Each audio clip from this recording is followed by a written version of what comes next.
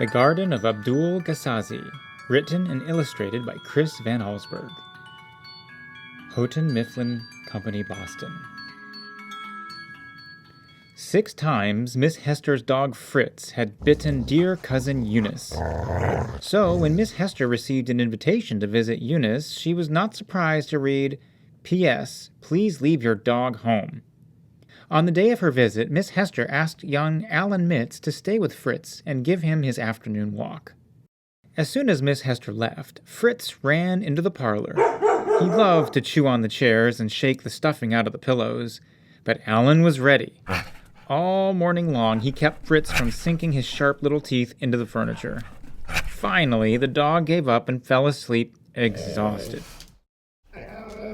Alan took a nap too, but first he hid his hat under his shirt, hats being one of Fritz's favorite things to choose. An hour later, Alan quickly awoke when Fritz gave him a bite on the nose. The bad-mannered dog was ready for his afternoon walk.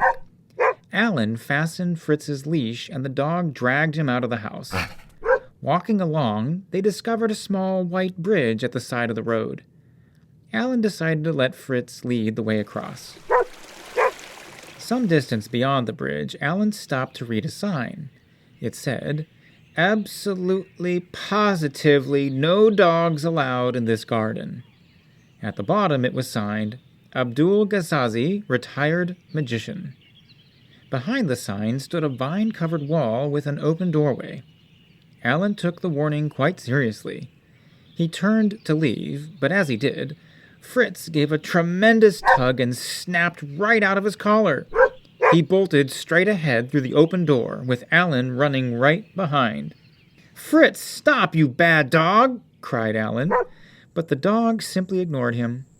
Down shadowed paths and across sunlit lawns they raced, deeper and deeper into the garden. Finally, Alan drew close enough to grab hold of Fritz.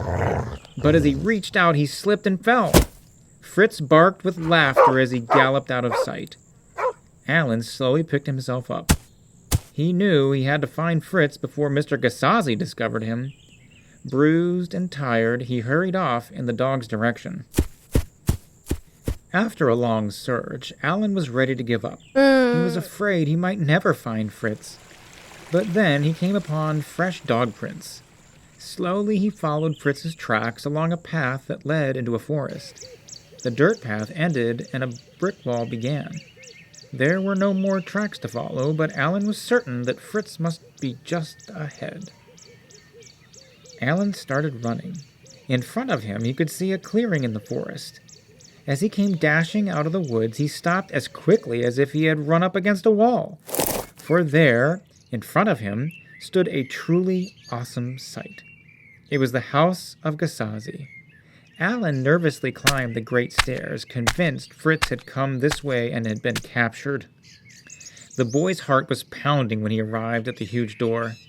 He took a deep breath and reached for the bell, but before he touched it, the door swung open.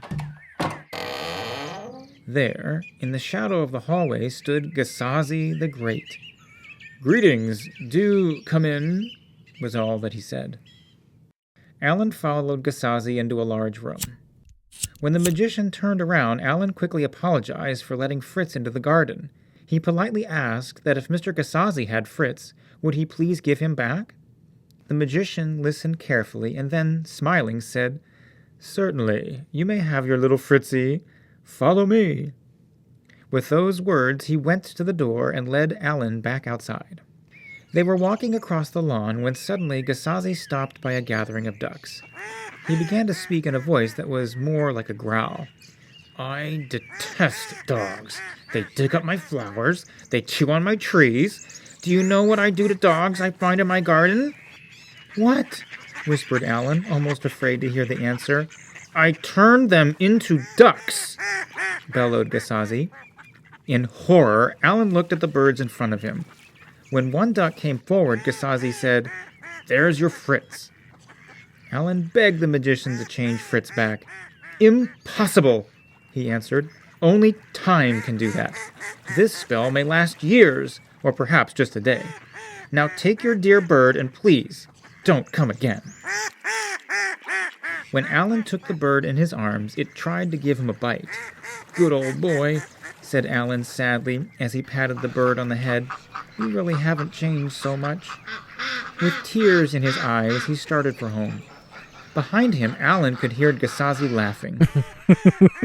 As he approached the stairway, a gust of wind took Alan's hat sailing right off his head.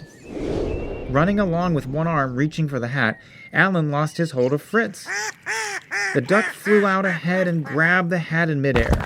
But instead of landing, he just kept on flying, higher and higher, until he disappeared in the afternoon clouds. Alan just stood and stared at the empty sky. "Goodbye, old fellow," he called out sadly, sure that Fritz was gone forever. At least he had something to chew on. Slowly, one step after another, Alan found his way back to the garden gate and over the bridge. It was sunset by the time he reached Miss Hester's. Lights were on, and he knew she must be home. With a heavy heart, he approached the door, wondering how Miss Hester would take the news. When Miss Hester came to the door, Alan blurted out his incredible story. He could barely hold back the tears. Then, racing out of the kitchen, dog food on his nose, came Fritz. Alan couldn't believe his eyes. "I'm afraid Mr. Gasazi played a trick on you," said Miss Hester, trying to hide a smile. "Fritz was in the front yard when I returned. He must have found his own way home while you were with Mr. Gasazi. You see, Alan, no one can really turn dogs into ducks. That old magician just made you think that duck was Fritz." Alan felt very silly. He promised himself he'd never be fooled like that again. He was too old to believe in magic. Miss Hester watched from the porch as Alan waved goodbye and hurried down the road to go home. Then she called out to Fritz, who was playfully running around the front yard. He came trotting up the front steps with something in his mouth and dropped it at Miss Hester's feet. "Why, you bad dog," she said. "What are you doing with Alan's hat?"